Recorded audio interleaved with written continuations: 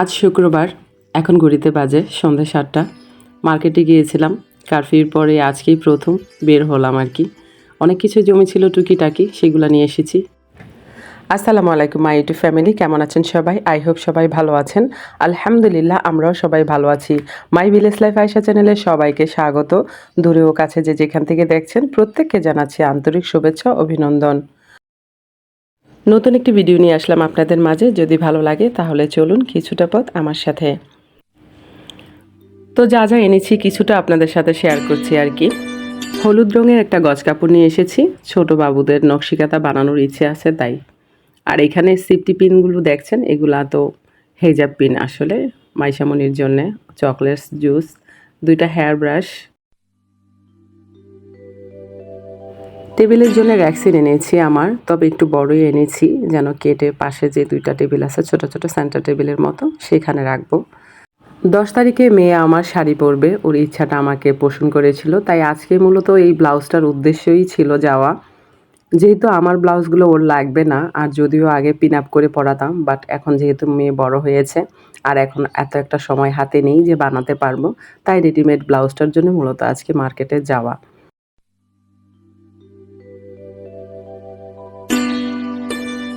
কিছুদিন ধরে প্রচুর পরিমাণ হেয়ারফল হচ্ছে, তো অনেক চিন্তায় আছি। এত পরিমাণ চুল নষ্ট হচ্ছে। চুল তো মানুষের মানে কি বলবো, মেয়েদের একটা মায়ার জায়গা। তো সেটা যদি কমতে থাকে তাহলে তো ন্যারোবেল হয়ে যাব কিছুদিন পর, তাই একটা হেয়ার প্যাক নিয়ে এসেছি। আর রান্না করতে করতে স্কিনটা যে স্কিন থাকে না, প্লাস্টিক হয়ে যায়, তার জন্য একটা মাসাজ ক্রিম অ্যাকচুয়ালি নিয়ে এসেছি। আর এটা তো ফ্রেশ একটা কাগজ, যেটা এই ভ্যাকসিনটাই দিতে হবে, নইলে ভ্যাকসিনটা নষ্ট হয়ে যাবে। যে শাড়িটা পরবে সেটার সাথে ম্যাচিং করে একটা হেজাব নিয়ে এসেছে, যদিও হেজাব এরকম আমার আছে, মেয়েকে বলেছি। সেই দিনে তো বিয়ের অনুষ্ঠানে পরলাম, সেটাই ছিল, ও হয়তো খেয়াল করেনি। তো যাই হোক, শাড়ি তো খুঁজেছি, পেলাম না, তবে মেয়ে পছন্দ করে রেখেছে আমার আলমারিতে শাড়ি একটা, সেইটাই নাকি ও পরবে। এলাকার ছেলেপেলেরা পাহারা দেয়, আর একটু মজা করার জন্য একসাথে সবাই মিলে খিচুড়ি করবে, সেটা শুনেছি নুরের আব্বুর কাছ থেকে। তো তারা খিচুড়ি করেছে আর একটু পাঠিয়ে দিয়েছে আমাদের বাসায়। তো রাত্র করে আর কিছু লাগবে না, শুধু একটু গোস্ত বসিয়ে দিয়েছি।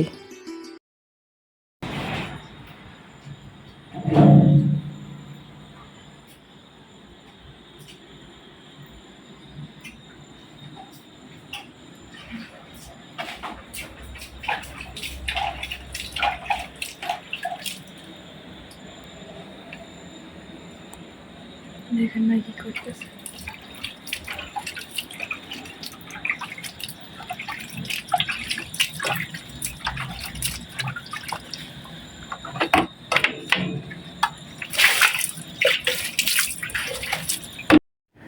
দুই দিন ধরে একটানা বৃষ্টি হচ্ছে, আর বৃষ্টির কারণে বারান্দাটা একদম মেসি হয়ে আছে, যদিও আমার বারান্দা এতটা মেসি থাকে না আসলে।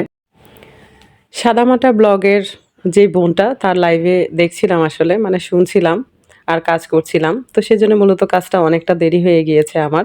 তো যদি কমেন্ট কাউকে দিতে যাই তাহলে তো লিখতে হবে না, তো সেজন্য একটু দেরি হবে। তো যাই হোক, এটা কোনো ব্যাপার না, কখনো কাজ দেরি হবে, কখনো আর্লি হবে, এটাই তো জীবন।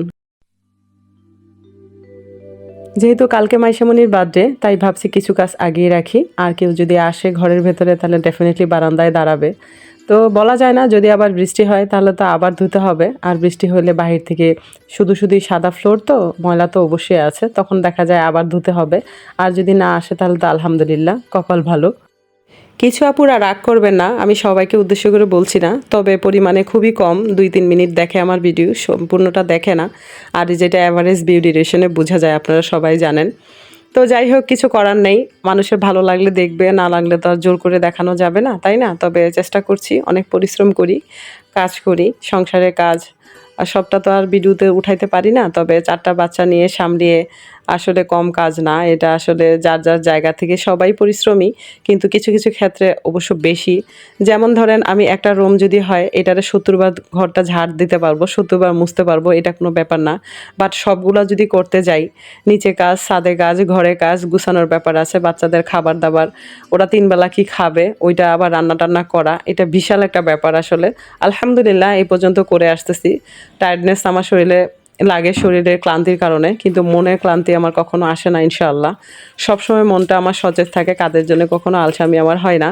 কিন্তু হ্যাঁ, শরীরটা যেহেতু বেশি একটা ভালো থাকে না, তাই সবটা আসলে কুলোতে পারি না।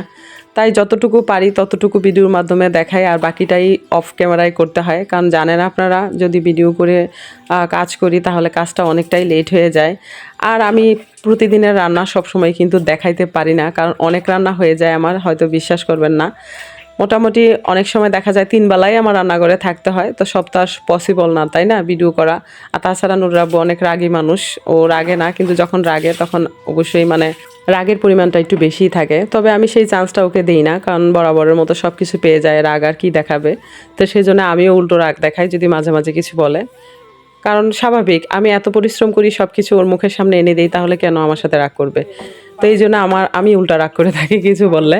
তো যাই হোক, আমি ওনাকে মানে সব কিছু ম্যানেজ করে আমার ভিডিওটা করতে হয়, এডিট করতে হয় এবং আপলোড দিতে হয়।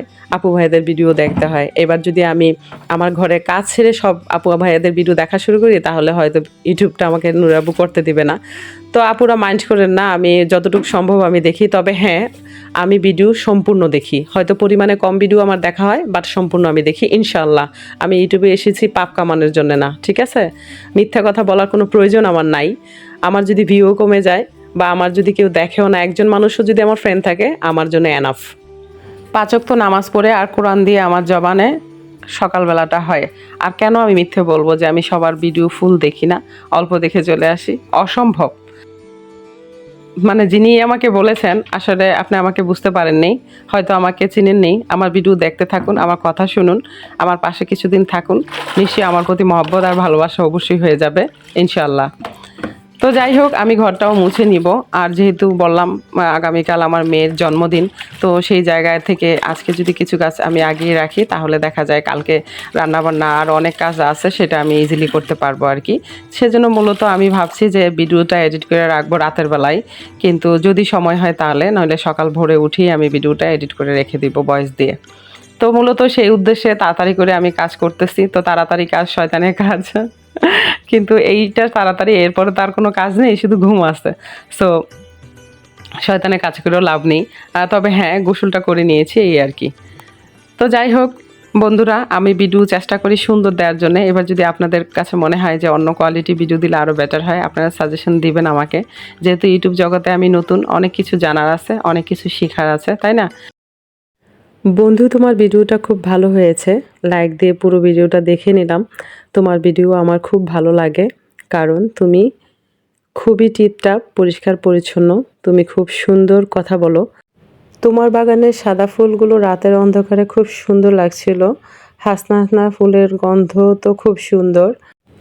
5টা হার্ট দিয়েছো, এস যে আছি, বুঝতে পারিনি কি বুঝিয়েছো। ভালো থেকো বন্ধু। গোপা রয় ব্লগ থেকে। গোপা, তুমি বলছো তুমি এত কেয়ারিং, এত কিছু দেখো একদম নিখুঁতভাবে, এত সুন্দর করে কমেন্ট করো।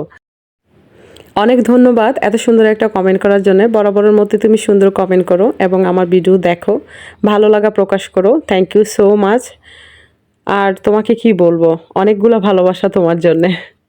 এভাবেই আমার পাশে থেকো, ইনশাআল্লাহ আমিও তোমার পাশে থাকবো।